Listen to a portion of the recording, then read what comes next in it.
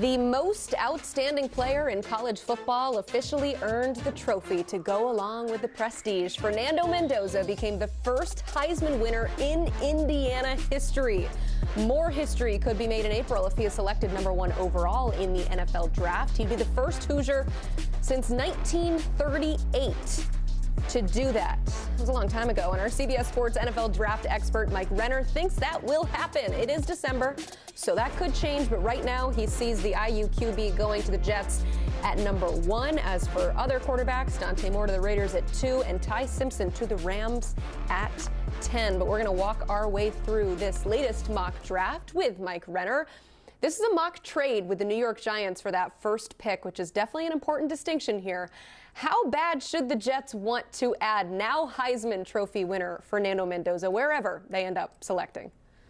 I think it's pretty bad because I feel like he's a perfect fit for Tanner Engstrand, offense coordinator for the New York Jets, and his offense. If you go back to what they did in Detroit and where Engstrand, the offense, where he came from, what Ben Johnson had in Jared Goff, I think Mendoza is a stronger armed version of Jared Goff. They are pocket passers.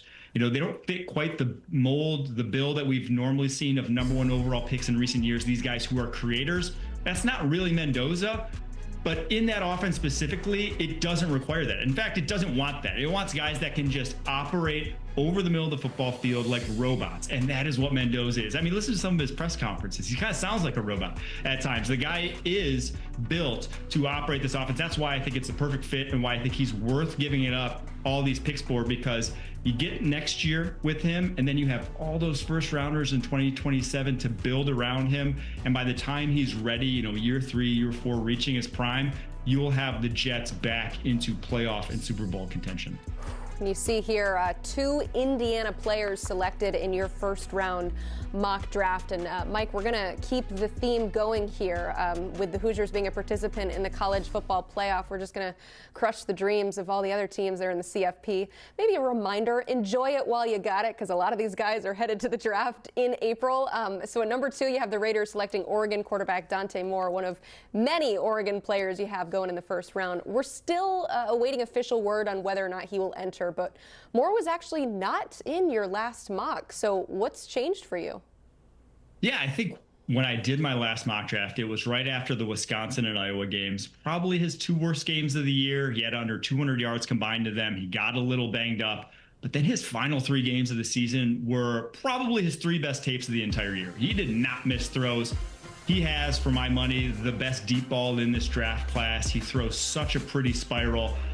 The one thing we really haven't seen from him a ton of, because he plays behind maybe the best offensive line in college football, is how he's going to perform consistently under pressure.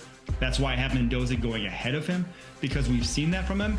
But we'll get that chance in the playoff. I mean, he gets more games. If he plays like he did the last 3 weeks, down the stretch here in the playoffs, and they make some noise towards the national championship game this Oregon team does, yeah, I think he's not only going to be in the top 5 selection, he could be in the #1 overall pick sort of conversation. Wow, you have 4 Ducks going in the first round. Moore, Kenyon Sadiq, the electric tight end, Amari Washington, and Emmanuel Pregnon. Let's go to the Hurricanes with 2 first-round linemen here, one on offense, one on defense.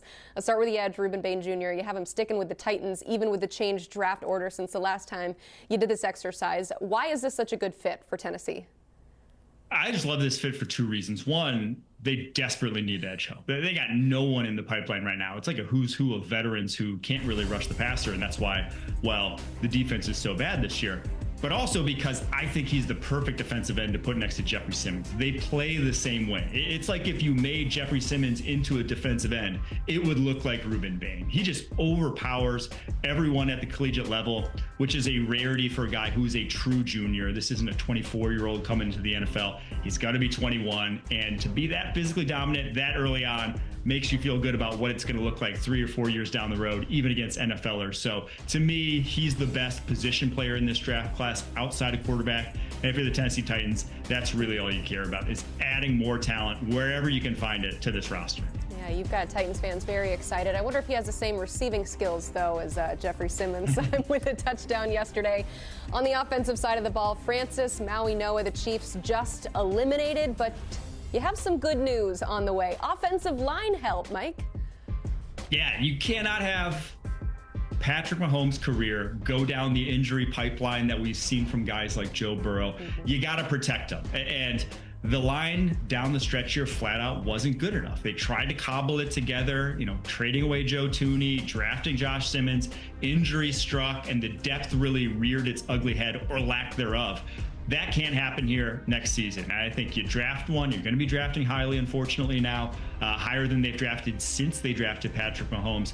So I think you use it on a guy like Francis Mariano, who can slot in at right tackle. You kind of got the left side figured out now. I think Josh Simmons looks like your franchise left tackle when healthy. Kingsley Suamadi has actually been solid at left guard. And then you have the best center and right guard tandem in the NFL. All that's missing is that shutdown right tackle. And I think if you had Maui Noa next to Trey Smith, that would be one of the best run blocking double team combos in the NFL. Something I'd be very interested in if I'm the Chiefs. All right, let's go to the Buckeyes. You have 6 projected first rounders from this team. No wonder why they are so good this year, but let's go to number 4 overall. You have the Browns selecting wide receiver Carnell Tate, slightly up from number 7 in your last first round mock. Why is he a riser for you at this point in the season? To me, he's been the most effective play-by-play receiver in college football. And obviously, that's high praise given the guy he plays across from. But when targeting him this season, Julian Sain is averaging 14.4 yards per attempt. He gets open at will down the football field. And what I love, he hasn't dropped a pass, and he's had only one contested catch that he hasn't come down with all season. He is just... he's sandwiched between 2 guys in Jeremiah Smith and Emeka Egbuka that are obviously big names now in the college football and NFL. But to me, this guy is a number 1 wide receiver prospect in his own right. His tape this year has been awesome. And for the Cleveland Browns, I mean, all you have to do is watch Jerry Jeudy hand a cornerback an interception this past week to know that they desperately need someone who can get down the football field and make plays in an effective manner for whoever's quarterback there for them. So Carnell Tate, he's that kind of guy, in my opinion.